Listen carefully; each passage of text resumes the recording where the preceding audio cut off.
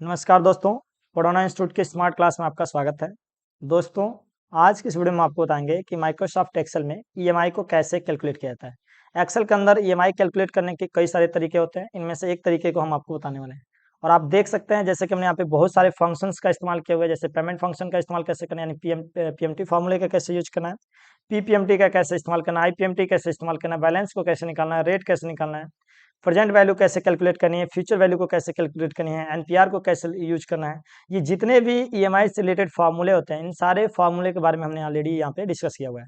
तो दोस्तों, ये पूरा कॉन्सेप्ट आपको बताने वाले हैं कि कैसे आप ईएमआई कैलकुलेट कर सकते हैं। यहाँ पे हमने एक डेमो डेटा लिया हुआ है, जिसमें हमने लिखा हुआ है कि एक कस्टमर का नाम जो है राजेश कुमार है, और उन्होंने जो व्हीकल खरीदा हुआ है उसका नाम है हीरो स्प्लेंडर प्लस। ये जो गाड़ी खरीदा गया है, ये 92,000 यानी कि 92,000 रुपये की खरीदा गया है।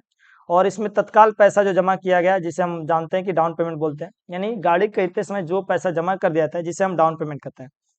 तो 92,000 की गाड़ी थी, तो उन्होंने 26,000 रुपये जमा किया हुआ है, और बाकी जो शेष राशि बचता है, जिसे हम प्रेजेंट वैल्यू बोलते हैं, और जो प्रेजेंट वैल्यू होता है, इसी के ऊपर इंटरेस्ट भी लगता है और इसी को हमें चुकाना भी होता है। तो इन्होंने, राजेश ने, अभी जो बाकी लगाया है इस गाड़ी को खरीदते समय, वो और 66,000 रुपये है। और इस 66,000 रुपये की कैसे ईएमआई कैलकुलेट करेंगे, इस पूरे प्रोसेस को इसमें बताया हुआ है हमने। तो देख सकते हैं कि 66,000 रुपये को अगर वो 2 सालों में पैसे को चुका रहा है, यानी कि 24 महीने में उस पैसे को चुका रहा है, तो प्रतिमाह उसको 3212 पैसा जमा करना होगा। यानी 3212 पैसा अगर प्रतिमाह जमा करता है, तो ये राशि 24 महीने में पूरी की पूरी चुका दी जाएगी। तो अगर आप देखना चाहें कि इसके ऊपर ब्याज कैसे लगा हुआ है, कितना ब्याज लगा हुआ है, ये भी हम आपको इस वीडियो में बताएंगे। पूरा कॉन्सेप्ट को समझाने वाले हैं। जैसे कि देखिए, अगर मैं इस गाड़ी को 90,000 रुपये कर दूं, और अगर इस 90,000 रुपये की गाड़ी में अगर कोई 25,000 रुपये जमा करता है, तो बाकी 65,000 रुपये के ऊपर कितने रुपये ईएमआई आएगा पर महीने का, ये हमने यहाँ पे निकाला हुआ है। तो 3151 रुपये 63 पैसा अगर प्रतिमाह जमा किया जाए, तो ये 2 सालों में जो है 65,000 रुपये आसानी से चुक जाएगा। क्योंकि इस पैसे में जो है ब्याज भी सम्मिलित है, क्योंकि बैंक का जो इंटरेस्ट रेट है आप देख सकते हैं, जैसे कि हमने यहाँ पे लिखा हुआ है कि 15% ब्याज है, और मंथली में 1.25% है। तो कैसे आप इस ईयर को मंथ में कैसे कन्वर्ट करेंगे, इस पूरे प्रोसेस को इसमें बताने वाले हैं। ये जो पूरा होल कॉन्सेप्ट है, इसको समझाने के लिए मैं एक नया ही डैशबोर्ड बना लेता हूँ, और यहाँ से आपको पूरा कॉन्सेप्ट समझाने वाला हूँ कि ईएमआई कैसे निकालते हैं। तो सबसे पहले दोस्तों, आप क्या करिएगा कि यहाँ से 3 लाइनों को सेलेक्ट करके यहाँ से मर्ज एंड सेंटर कर दीजिएगा। जैसे कि मैं इसको सेलेक्ट करके मर्ज एंड सेंटर पे क्लिक करूँगा, तो ये मर्ज एंड सेंटर हो जाएगा। और आप इस पे डबल क्लिक करके जो भी हेडिंग देना चाहें वो दे सकते हैं। जैसे कि हम यहाँ लिख देते हैं ईएमआई कैलकुलेशन। तो हमने ईएमआई कैलकुलेशन लिखा हुआ है, इसको सेलेक्ट करके आप सेंटर अलाइनमेंट कर दीजिएगा। और इसके बाद से यहाँ पे आप अपने हिसाब से जो भी फॉन्ट चाहिए वो सेलेक्ट कर लीजिएगा। आप इसको बड़ा करना चाहते हैं, यहाँ से बड़ा भी कर सकते हैं, और यहाँ से बैकग्राउंड कलर को जो भी आप चाहते हैं वो सेलेक्ट कर सकते हैं। जैसे कि मैंने बैकग्राउंड कलर ये सिलेक्ट किया हुआ है, और टेक्स्ट का कलर हमने यहाँ पे व्हाइट रखा हुआ है। तो इस तरीके से हमने ईएमआई कैलकुलेशन की जो है एक हेडिंग डाल दिया है। और हम इसकी थोड़ी सी चौड़ाई को बढ़ा लेते हैं इस तरीके से। यहाँ पे हम सबसे पहले लिखेंगे जो भी कस्टमर लेगा उसका नाम, तो हमने यहाँ पे लिख देते हैं कस्टमर नेम। और उसके बाद से जो व्हीकल लेगा उसका नाम लिखेंगे, तो यहाँ लिखेंगे व्हीकल नेम। व्हीकल नेम के बाद हम इसकी लिखेंगे टोटल प्राइस, तो हमने यहाँ पे लिख दिया टोटल प्राइस। उसके बाद हम लिखेंगे down payment, DOWN, down payment. उसके बाद हम लिखेंगे यहाँ पे प्रेजेंट वैल्यू, प्रेजेंट वैल्यू। और प्रेजेंट वैल्यू के बाद लिखेंगे डेट। इतनी सारी चीजें तो हम पहले यहाँ लिखने वाले हैं, तो थोड़ी सी चौड़ाई को इसको बढ़ा लेते हैं कॉलम की, और इस तरीके से सेलेक्ट करके इसको थोड़ा सा बॉर्डर लगा देते हैं। यहाँ पे हम पहले कस्टमर का नाम लिखने वाले हैं। कस्टमर का नाम हमने लिख दिया पंकज कुमार। गाड़ी का नाम लिखा हमने Splendor plus, sorry harrow Splendor plus. उसके बाद से यहाँ पे हमने लिखा हुआ है टोटल प्राइस। टोटल प्राइस हमने लिख दिया 92,000। और जो पैसा तत्काल गाड़ी खरीदते समय जमा कर दिया जाता है, जिसे हम डाउन पेमेंट बोलते हैं। तो ये जो 92,000 की गाड़ी है, इसमें अगर हमने खरीदते समय अगर 31,000 रुपये जमा कर दिया, तो 31,000 डाउन पेमेंट का लगेगा। और बाकी जो शेष राशि बचेगी उसे हम प्रेजेंट वैल्यू बोलते हैं। तो 92,000 में से माइनस कर लेंगे और 25,000 को, तो ये निकल के आ जाएगा कि कितना रुपये जमा करना होगा। तो हमने यहाँ पे निकाल के रख दिया कि 61,000 रुपये जमा करने होंगे। अब हम यहाँ पे निकालेंगे डेट, किस डेट में खरीदा गया है। तो इसके लिए एक फार्मूला आप यूज कर सकते हैं, टुडे फार्मूला। ये निकल के आ जाएगा कि किस डेट में खरीदा गया। तो चूंकि आज का जो डेट है वो 4/9/2022 है, तो यहाँ पे 4/9/2022 लिखा हुआ है। यहाँ पे हम क्या करेंगे, और टाइम और रेट को भी लिखेंगे, क्योंकि आपको पता होना चाहिए कि कोई भी ब्याज जो होता है वो दो बातों पर निर्भर करता है। एक तो उसके समय पे, यानी कि कितने महीने में चुकाना है, और दूसरा उसका बैंक का ब्याज दर क्या है। अगर ये दोनों पता हो तो आसानी से किसी भी लोन का हम ईएमआई निकाल सकते हैं। तो चूंकि ये जो टाइमिंग जो होता है ये मंथ में और ईयर में दोनों होता है, तो हम पहले मंथ में लिखेंगे फिर उसको ईयर में कन्वर्ट करना सीखेंगे। सॉरी, पहले हम ईयर लिखेंगे फिर उसको मंथ में कन्वर्ट करना सिखाएंगे। तो चूंकि हम यहाँ पे लिख देते हैं सबसे पहले ईयर, और फिर लिखेंगे यहाँ पे मंथ। समय अगर 2 साल है तो इसको महीने में कन्वर्ट करने के लिए आपको एक फंक्शन इसमें यूज करना होगा, इक्वल टू, और यहाँ पे जो भी वैल्यू होगा उसको सिलेक्ट करेंगे, इसमें मल्टीप्लाई कर देंगे 12 से, ये निकल के आ गया कि कितने महीने होंगे। तो 2 साल में चूंकि 24 महीने होते हैं, मैं यहाँ पे 3 लिखूंगा तो ऑटोमेटिक 36 महीना हो जाएगा, 4 लिखूंगा तो 48 महीने हो जाएंगे। तो इस तरीके से आप फार्मूला लगाइएगा, ये नहीं कि अपने मन से जो भी मन में आया वही लिख दीजिएगा, ऐसा कभी गलती नहीं करना है। यहाँ आने के बाद आपको क्या करना है, इन दोनों सेलों को सिलेक्ट करना है, और सिलेक्ट करने के बाद आपको यहाँ पे जाना है, और यहाँ से जा करके इसको कन्वर्ट कर लेना है पहले परसेंटेज में, क्योंकि यहाँ पे जो भी लिखने वाले हैं वो प्रतिशत में लिखने वाले हैं, इसलिए हम पहले इस सेल को सिलेक्ट करके परसेंटेज में कर लेंगे। तो इक्वल टू नहीं लिखेंगे, यहाँ पे 15% जो है बैंक का इंटरेस्ट रेट है। अगर इसी बैंक के इंटरेस्ट रेट को महीने में कैलकुलेट करना कि ये कितना प्रतिशत होगा, तो यहाँ हमें क्या करना होगा, सॉरी यहाँ पे थोड़ा सा मिस्टेक हो गया, हमने 15% लिखने के बजाय 1500% लिखा गया था। इक्वल टू 15% को आप डिवाइड कर दीजिएगा 12 से, ये निकल के आ जाएगा कि महीने का ब्याज दर क्या होगा। तो यहाँ पे महीने का लिखा है 1.25%, यानी 1.25% जो है ये महीने का ब्याज है। सालाना ब्याज जो है बैंक का 15% ब्याज है।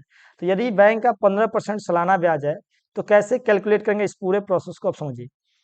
सबसे पहले तो आप यहाँ लिख दिए ईएमआई नंबर, और यहाँ लिख दिए ईएमआई डेट, यानी किस किस डेट में ईएमआई देना होगा, तो हम यहाँ पे ईएमआई डेट लिख लेते हैं। और यहाँ लिखेंगे पेमेंट, यानी पर मंथ जो किस्त जमा किया जाएगा उसको हम निकालेंगे। तो सबसे पहले यहाँ पे ईएमआई नंबर 01 लिख देते हैं, और फिर यहाँ पे 2 लिख देते हैं, और इन दोनों को पकड़ कर ड्रैग करेंगे। कब तक, 48 महीने के लिए अगर लेना है तो 48 तक ड्रैग करेगा, और 24 महीने के लिए लेना है तो यहाँ पे आप इन दोनों को पकड़ करके 24 महीने के लिए ड्रैग कर देगा। चलिए मैं यहाँ पे 24 तक ड्रैग कर दे रहा हूँ इसको, क्योंकि थोड़ा सा ज्यादा हो गया, ये रहा 24 महीने। ओके, अब यहाँ पे तो महीने के नाम लिख दिया, मैं इसको सेंटर में अलाइनमेंट कर देता हूँ। अब यहाँ पे हम लोग ईएमआई डेट लिखेंगे। तो अगर आप गाड़ी 4/9/2022 को लिए हुए हैं तो इसका ईएमआई 1 महीने बाद बनेगा, तो मैं यहाँ पे 1 महीने के बाद की डेट डाल रहा हूँ, 04/11/2022। फिर हम लिखेंगे 04/12, सॉरी 11 नहीं होगा, यहाँ पे 10 होगा, पहले हम 10वें महीने का लिख देंगे, फिर यहाँ पे 11वें महीने का लिखेंगे 04/11/2022। और इन दोनों डेट्स को आपस में सिलेक्ट करिएगा। देखिए दोनों का डेट तो सेम है लेकिन मंथ अलग अलग है, तो आप अगर दोनों को पकड़ के इस तरीके से ड्रैग करें तो पूरे 24 महीने तक का आ जाएगा। ये बता रहा है कि 4/9/2024 को जो है इसका पूरा लोन कंप्लीट हो जाएगा। तो अब पहले निकालते हैं कि कितने रुपए प्रतिमाह जमा किया जाए कि बैंक का जो है 61,000 रुपये जमा हो जाए और इसके ऊपर जो ब्याज लगा है वो भी खत्म हो जाए। तो इसको निकालने के लिए हम एक फार्मूला यूज करते हैं जिसका नाम होता है पीएमटी फार्मूला, जिससे हम पेमेंट भी बोलते हैं, पीएमटी फार्मूला भी बोला जाता है इसे। चलिए देखते हैं कैसे पीएमटी निकालते हैं। इसके लिए आप एक फार्मूला लगाइएगा, इक्वल टू पीएमटी पेमेंट, और यहाँ से आपसे सबसे पहले पूछा जा रहा है कि रेट बताइए। तो रेट को हम यहाँ पे सेलेक्ट करेंगे मंथ में। क्यों इसको मंथ में सेलेक्ट करेंगे, क्योंकि जो भी हम निकाल रहे हैं वो ईएमआई निकाल रहे हैं, और ईएमआई का पूरा नाम होता है इक्वेटेड मंथली इंस्टॉलमेंट, यानी हमें ये जो भी रिजल्ट निकालना है वो मंथ के बेसिस पे निकालना है।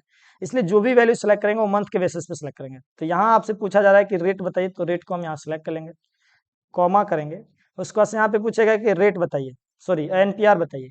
एनपीआर को टाइम कहा जाता है, एनपीआर का पूरा नाम होता है नंबर्स ऑफ पीरियड। तो यहाँ पे हम नंबर्स ऑफ पीरियड यानी समय को सेलेक्ट करेंगे, कॉमा लगाने के बाद जो प्रेजेंट वैल्यू है यानी कि जो शेष राशि है उसको सेलेक्ट करेंगे, और इन तीनों को सेलेक्ट करके कोष्टक जैसे ही क्लोज करेंगे, एंटर प्रेस करेंगे, ये बता दिया कि 2957 रुपया 69 पैसा अगर प्रतिमाह जमा किया जाए तो ये 24 महीने में आपका 61,000 रुपये का लोन कंप्लीट हो जाएगा।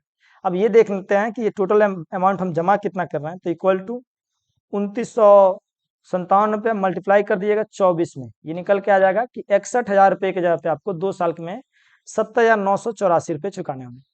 तो ये तो राशि जो होती है ये प्रत्येक माह के लिए सेम ही होती है, आप पहले महीने के निकाले या अंतिम महीने के निकाले, ये राशि जो है सेम होती है। तो अगर मैं इसको ड्रैग करूंगा तो थोड़ी सी प्रॉब्लम क्रिएट करेगा। देखिए मैं जैसे ही ड्रैग किया तो ये देखिए यहाँ पे आ रहा है 35,84,640, जो कि पूरी तरह से गलत है। ये गलत क्यों हो रहा है, क्योंकि जब भी हम किसी फॉर्मूले को ड्रैग करते हैं तो वो इसका रेफरेंस भी ड्रैग हो जाता है। जैसे कि हमने यहाँ पे अभी ये वैल्यू उठाया हुआ है, यहाँ पे प्रेजेंट वैल्यू यहाँ से उठा हुआ है, टाइम यहाँ से, और रेट की बात करूँ तो हमने यहाँ से सिलेक्ट किया हुआ है। लेकिन जब हम इसको ड्रैग करते हैं तो ये देखिए राशि धीरे धीरे सब नीचे आ गए। जो 61,000 था उसके जगह पे ये वैल्यू ये सिलेक्ट हो गया, परसेंटेज के जगह पे रेट सेलेक्ट, सॉरी टाइम के जगह पे रेट सेलेक्ट हो गया, और टाइम रेट के यहाँ पे ये ब्लैंक जो सेल है वो सिलेक्ट हो गया। यही कारण है कि यहाँ पे जो वैल्यू है वो पूरी तरह से गलत आया हुआ है। तो इसको कैसे फिक्स करेंगे ये भी हम आपको बताते हैं। फार्मूले लगाते समय थोड़ी सी सावधानी रखेंगे, इक्वल टू पीएमटी फार्मूला लगाएंगे, और जब ये रेट पूछेगा तो रेट को आपको क्या करना होगा, रेट को सेलेक्ट करने के बाद इसको लॉक करना होगा। इसलिए लॉक करेंगे ताकि हम अगर इसको ड्रैग करें तो इस पर इसका कोई असर न पड़े। लॉक करने के लिए आपको F4 बटन प्रेस करना होता है। तो एक्सेल में जब भी किसी सेल को लॉक करना होता है तो आप F4 बटन प्रेस करेगा, ये लॉक हो जाएगा।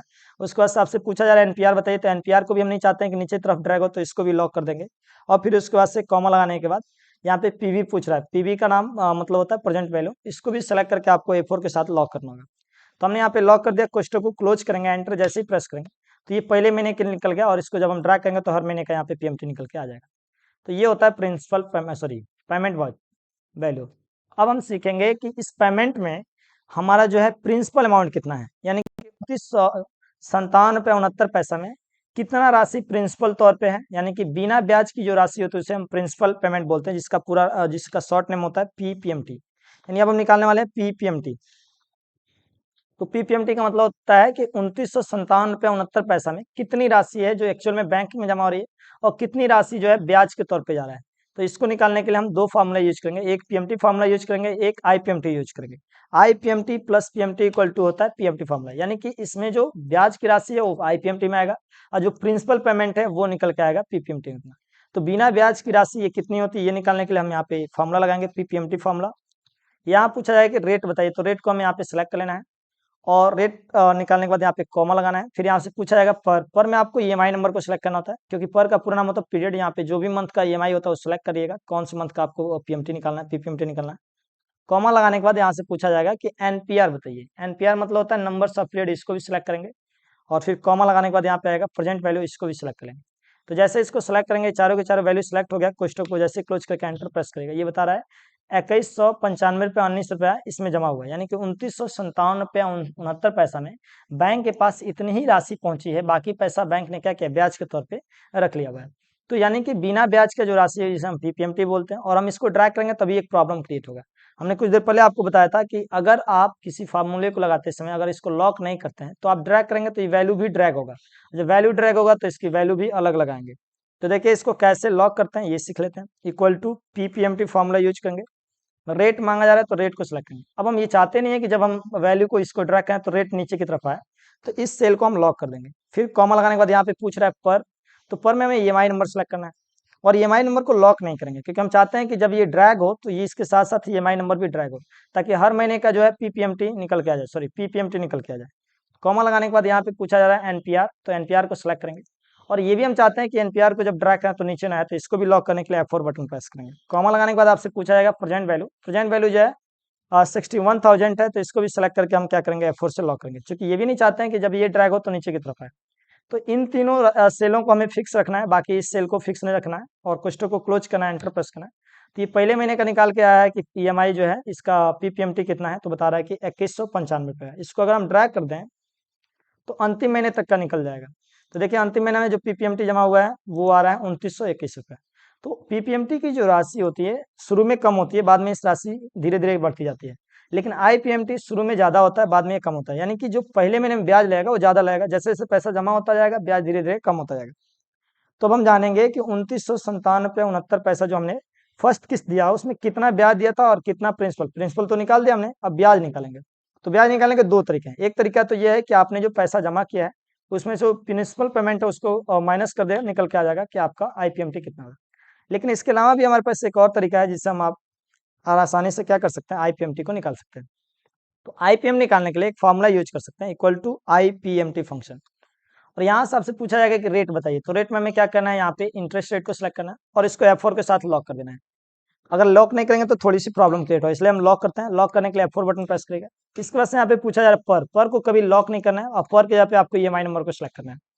फिर कॉमा लगाने के बाद आपसे पूछा जाएगा कि एनपीआर बताइए, तो एनपीआर में आप क्या कर सकते हैं टाइम को सिलेक्ट कर सकते हैं, और इसको F4 से इसको भी लॉक करिएगा क्योंकि ये भी राशि हम चाहते हैं कि ड्रैग ना हो। फिर कॉमा लगाने के बाद आपसे पूछा जाएगा प्रेजेंट वैल्यू, तो प्रेजेंट वैल्यू के जगह पे हम यहाँ पे इसको सिलेक्ट करेंगे और इसको भी हम यहाँ पे F4 से लॉक कर देंगे। कुछ तक जैसे ही क्लोज करके एंटर प्रेस करेंगे तो यहाँ पे निकल जाएगा कि जो पहले महीने का इंटरेस्ट है वो 762 रुपये 50 पैसा हुआ है, और हम ड्रैग कर देंगे तो हर महीने का जो ब्याज लगा हुआ है वो यहाँ पे ट्रैक करके आ जाएगा। तो ये देखिए पहले महीने में ब्याज ज्यादा लगा हुआ, धीरे धीरे राशि जमा होता गया है, ये ब्याज कम होता गया, क्योंकि शुरू में आपका जो बैलेंस था वो 61,000 था, यानी कि 61,000 रुपये शुरू में आपने बाकी लगाया था। इसमें जैसे जैसे पैसे देते जाओगे ब्याज की राशि धीरे धीरे कम होती जाएगी।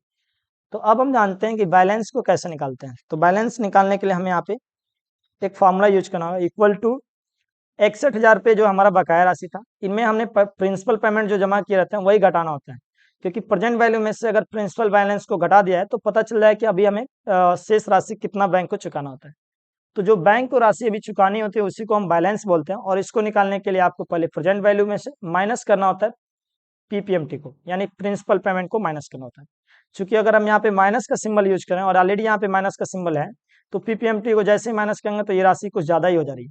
61,000 रुपये बाकी था, हमने इतना जमा किया तो ये राशि बता रहा है और ज़्यादा हो रहा है। चूंकि यहाँ पे फार्मूले में थोड़ी सी गड़बड़ी हुई है, क्योंकि जब भी हम माइनस का सिंबल यूज करते हैं तो वैल्यू ऐड कर देता है, क्योंकि ऑलरेडी यहाँ पे माइनस का सिंबल लगा हुआ है, तो माइनस माइनस चूंकि प्लस हो जाता है। इसलिए आपको क्या करना है, 61,000 को सिलेक्ट करना है, प्लस का सिंबल यूज करना है इसके, उसके बाद से यहाँ पे पीपीएमटी को सिलेक्ट करना है। तो ये क्या करेगा, 61,000 में से 2,195 रुपये 19 पैसा घटा देगा। एंटर जैसे ही मारेंगे तो यहाँ पे निकल गया है कि अभी जो है आपका 61,000 रुपये बाकी था और उनमें आपने 2957 रुपया 69 पैसा जब आपने जमा किया, उनमें से बैंक के पास ये राशि पहुंचा, बाकी बैंक ने ब्याज के तौर पे काट लिया। तो प्रिंसिपल अमाउंट जो है हमेशा जो होती है प्रेजेंट वैल्यू में से कम होती है। तो अभी जो हमारा प्रेजेंट वैल्यू था 61,000 रुपये था, जब हमने उसमें 2,195 रुपये जमा किया, तो मुझे जो शेष राशि अभी बैंक को चुकाने हैं वो है 58,804 रुपये, यानी इतनी राशि अभी हम बैंक को चुकाने वाले हैं। फिर हम एक काम करेंगे, इक्वल टू, इसमें से दूसरी महीने में हमने क्या किया, इतना राशि जमा कर दिया प्रिंसिपल पेमेंट के तौर पे, तो यहाँ पे भी प्लस का ही सिंबल यूज करेंगे और 2,222 रुपये 63 पैसे को सिलेक्ट करके एंटर प्रेस करेंगे। तो ये निकल के आ गया कि आपका जो है 56,582 रुपये 19 पैसा जमा हुआ है। अब इतना जमा करना हमें राशि और इसको हमें पकड़ करके ड्रैग करेंगे तो ये पूरा आ जाएगा कि अभी जो शेष राशि हमें बैंक को चुकाना है वो कितने चुकाना है। तो देखिए यहाँ पे शुरू में तो बाकी था 61,000 रुपये, जब आपने 2,957 रुपये 69 पैसे जमा किया तो इसमें बैंक ने इतने रुपए घटा दिए, यानी कि टोटल जो है 61,000 रुपये में से 2,195 रुपये बैंक के पास गया, बाकी बैंक ने अपने ब्याज में काट लिए।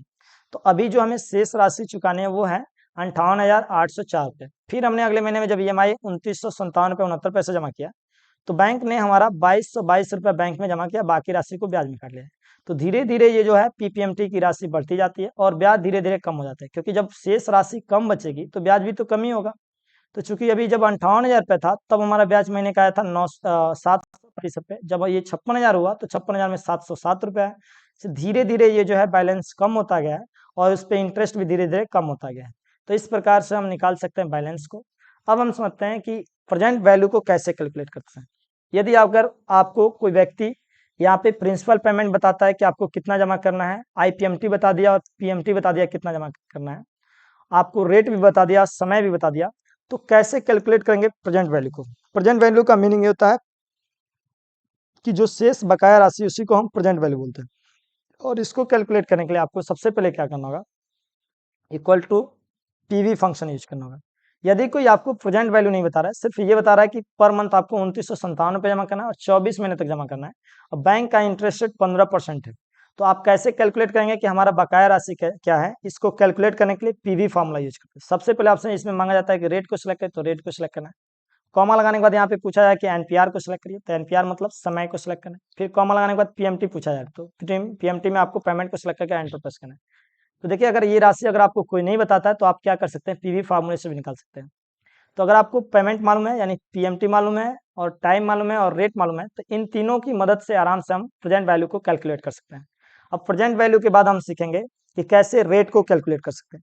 यदि आपको किसी ने यहाँ पे प्रेजेंट वैल्यू बता दिया, उसके बाद से आपको टाइम बता दिया और यहाँ पे पीएमटी बता दिया, लेकिन किसी ने रेट नहीं बताया कि बैंक कितना प्रतिशत रेट आपसे ले रहा है, तो ये कैलकुलेट करने के लिए आप रेट फंक्शन को यूज कर सकते हैं। इक्वल टू रेट फंक्शन को यूज करिएगा। यहाँ पे सबसे पहले आपसे टाइम पूछा जाएगा, तो टाइम में आपको एनपीआर में जाकर के मंथ को सिलेक्ट कर लेना है। कॉमा लगाने के बाद आपसे पूछा जाएगा कि पीएमटी बताइए, सॉरी पीएमटी बताइए, तो पीएमटी में हमें 2,957 रुपये को सिलेक्ट करना है, कॉमा लगाना है। इसके बाद से आपसे पूछा है प्रेजेंट वैल्यू कितनी है, तो हमने 61,000 रुपये सिलेक्ट किया। तो देखिए प्रेजेंट वैल्यू प्लस पीएमटी और मंथ्स की मदद से हम निकाल देंगे कि हमारा जो है बैंक का ब्याज दर क्या है। तो ये बता रहा है कि बैंक का जो ब्याज दर है 1% है। इसको हम एक काम करेंगे, प्रतिशत में चेंज करेंगे। अभी कैलकुलेट करके आ जाएगा कि बैंक का जो परसेंटेज है वो मंथली 1.25% है। अगर ईयरली में करना है तो आप एक फॉर्मूला यूज करिएगा, इसको सेलेक्ट करके इसमें मल्टीप्लाई कर दिएगा 12 से और इसको दोबारा से परसेंटेज में कर दिएगा। ये कैलकुलेट करके आ जाएगा कि आपका जो बैंक का ब्याज दर है वो सालाना कितना है। तो यदि आपको बैंक का सालाना ब्याज दर नहीं निकालना आता तो आप यहाँ से रेट फंक्शन से निकाल सकते हैं। अब हम पढ़ेंगे कि रेट फंक्शन के बाद कैसे आप टाइम को निकाल सकते हैं। यदि आपको किसी ने ये बताया कि आपको बैंक का ब्याज दर 1.25% देना है और आपकी टोटल बकाया राशि 61,000 रुपये है और आपको हर महीने जो है 2,957 रुपये देना है, यानी कि इस बार जो है बैंक ने आपसे ये नहीं बताया कि कितने महीने तक आपको किस्त जमा करना है, तो ये किस्त को निकालने के लिए यानी कि आपको टाइम निकालने के लिए एनपीआर फंक्शन यूज करना होता है। एनपीआर फंक्शन किसी भी लोन का जो होता है समय निकाल करके बताता है। तो इसके लिए हम यहाँ पे फॉर्मूला यूज करने वाले हैं NPER फंक्शन। और यहाँ पे सबसे पहले आपसे पूछा जा रहा है कि रेट बताइए, तो रेट तो हम सेलेक्ट कर लेंगे यहाँ से। कॉमा लगाने के बाद आपसे पूछा जा रहा है कि प्रतिमाह आप कितना पैसा जमा करें, यानी PMT बताइए, इसको सेलेक्ट करेंगे। फिर कॉमा लगाने के बाद आपसे पूछा जा रहा है प्रेजेंट वैल्यू बताइए, तो हम यहाँ पे प्रेजेंट वैल्यू को सेलेक्ट करेंगे। ये तीनों सेलेक्ट करके कोष्टक जैसे ही क्लोज करके एंटर प्रेस करेंगे, ऑटोमेटिक यहाँ कैलकुलेट करके आ जाएगा कि आपको ये पूरी राशि जो है 24 महीने में भरना है। तो इस तरीके से हम क्या कर सकते हैं, किसी भी लोन का जो है टाइम को निकाल सकते हैं, यानी लोन पीरियड को निकाल सकते हैं कि ये लोन कितने महीने में देना है। अब हम जानते हैं कि इन दोनों के बाद जो है फ्यूचर वैल्यू कैसे निकालेंगे। फ्यूचर वैल्यू का मीनिंग ये होता है कि यदि ये राशि कोई व्यक्ति एक बार में जमा करना चाहता है, यानी कि 61,000 रुपये की गाड़ी, सॉरी बकाया 61,000 रुपये को 24 महीने बाद अगर कोई व्यक्ति जमा करना चाहता है तो कितना पैसा जमा करेगा। वैसे तो आपको पता है कि हमने ये बताया हुआ राशि कि 2957 रुपया 69 पैसा अगर प्रतिमाह जमा करेंगे और ये 24 महीनों तक जमा करेंगे तो 61,000 रुपये जमा होगा। तो ये जो EMI निकल के है ये हर महीने आपको जमा करना है। ऑन टाइम अगर जमा करते हैं तो आपकी राशि जो है लगभग कितनी आएगी, ये कैलकुलेट करके हम बताते हैं। इक्वल टू 2957 मल्टीप्लाई बाई 24 महीने। 24 महीने को जैसे सिलेक्ट करके एंटर मारेंगे, ये बता देगा कि 70,984 रुपये जमा करने। यदि ये राशि आपको प्रतिमाह समय से पेमेंट करते गए 24 महीने तक, तो आपको 70,984 रुपये जमा करना है। पर यदि कोई व्यक्ति ये चाहता है कि इस 61,000 रुपये को हम 2 सालों बाद सबसे अंतिम में पेमेंट करें और एक ही बार पेमेंट करें, यानी आप मंथली पेमेंट नहीं करना चाहते, इसको एक बार में ही पेमेंट करना चाहते हैं और वो भी 2 साल बाद, तो ये राशि कितनी होगी ये कैलकुलेट करने के लिए हम यहाँ पे FV फार्मूला यूज करने वाले हैं। तो equal to FV function use करेंगे और FV फंक्शन का पूरा नाम होता है फ्यूचर वैल्यू, और ये किसी भी लोन का फ्यूचर वैल्यू बताता है, यानी कि वन टाइम में जब वो पेमेंट करेंगे तो कितना राशि पेमेंट करना होगा। इसके लिए हम यहाँ पे फ्यूचर वैल्यू फंक्शन यूज करेंगे और यहाँ सबसे पहले आपसे पूछा जाएगा कि रेट बताइए। तो रेट के यहाँ पे आपको बैंक का इंटरेस्ट रेट को सिलेक्ट करना है। कॉमा लगाने के बाद आपसे पूछा जाएगा कि NPR क्या है। तो NPR में हम बैंक लोन की जो टाइमिंग होगा उसको सिलेक्ट करेंगे। कॉमा लगाने के बाद आपसे पूछा जाएगा कि प्रेजेंट वैल्यू बताइए। प्रेजेंट वैल्यू में हम PMT की राशि को सिलेक्ट करके जैसे ही एंटर प्रेस करेंगे तो ये हमें बता देगा कि जो 61,000 रुपये जो है, अगर ये 24 महीने में जमा करते हैं तो ये आपको टोटल जो है 82,188 रुपये जमा करना है। तो इस तरीके से हम किसी भी गाड़ी का जो है EMI कैलकुलेट कर सकते हैं, इसका प्रेजेंट वैल्यू कैलकुलेट कर सकते हैं, इसका हम रेट कैलकुलेट कर सकते हैं, इसका NPR कैलकुलेट कर सकते हैं और इसका हम फ्यूचर वैल्यू कैलकुलेट कर सकते हैं। तो देखिए PMT फंक्शन का मतलब होता है पेमेंट फंक्शन। ये किसी भी बैंक का किसी भी लोन का EMI कैलकुलेट करता है। PPMT जो है प्रिंसिपल अमाउंट को कैलकुलेट करने के लिए यूज किया था, और IPMT जो होता है प्रत्येक माह कितना ब्याज दे रहे हैं उस लोन के ऊपर, वो कैलकुलेट करने के लिए यूज किया था। बैलेंस फंक्शन का यूज करते हैं। बैलेंस कोई फंक्शन नहीं है, बैलेंस ये बताता है कि शेष राशि अभी आपको बैंक में कितनी डिपॉजिट करनी है, जमा करनी है। तो ये हमें निकालते हैं हम लोग बैलेंस के थ्रू, और बैलेंस को निकालना बहुत ही सिंपल है। मैंने अभी कुछ देर पहले आपको बताया है कि इक्वल टू जितनी बकाया राशि उसमें प्लस कर दिएगा जो राशि अभी जमा कर रहे हैं, और ये प्लस नहीं करना होता, आपको माइनस करना होता यदि यहाँ पे प्लस होता तो। चूंकि ऑलरेडी यहाँ पे माइनस का सिंबल है तो माइनस और प्लस माइनस ही हो जाएगा, एंटर प्रेस करेंगे आ जाएगा। और आपको इसको पकड़ के ड्रैग नहीं करना है, क्योंकि ये राशि यहाँ से ड्रैग होना शुरू होगा तो थोड़ा सा रिजल्ट एरर आएगा। तो आपको दोबारा क्या करना है, ये जो बची हुई राशि है इसमें से माइनस कर देना है, प्लस कर देना है इस राशि को, और आपको ये वाली राशि को पकड़ करके इस तरीके से ड्रैग करना है। ये कैलकुलेट करके आ जाएगा कि आपका टोटल कितना बैलेंस जमा करना है। तो धीरे धीरे ये बचा हुआ राशि भी मालूम चल जा रहा है हमें। और यहाँ पे हमने प्रेजेंट वैल्यू कैलकुलेट करना सिखाया है कि अगर आपको प्रेजेंट वैल्यू कोई नहीं बता रहा है तो आप प्रेजेंट वैल्यू को कैसे कैलकुलेट करेंगे। यदि आपको इंटरेस्ट रेट नहीं पता है बैंक का तो ये कैसे निकालेंगे। अगर आपको लोन का पूरा टाइम नहीं पता है तो NPR फंक्शन यूज कर सकते हैं, और अगर आप इस पूरे राशि को वन टाइम में जमा करना चाहते हो तो इसके लिए फ्यूचर वैल्यू यूज कर सकते हैं। तो हमने इस वीडियो में आपको EMI कैलकुलेट करने से रिलेटेड जो भी फंक्शन था वो हमने बताया है। आई होप कि आपको ये समझ में आ गया होगा, और अगर ये वीडियो आपको समझ में आएगा तो इस वीडियो को अपने दोस्तों के साथ जरूर शेयर करिएगा। आज के लिए इतना ही, मिलते हैं नेक्स्ट वीडियो में। जय हिंद, जय भारत।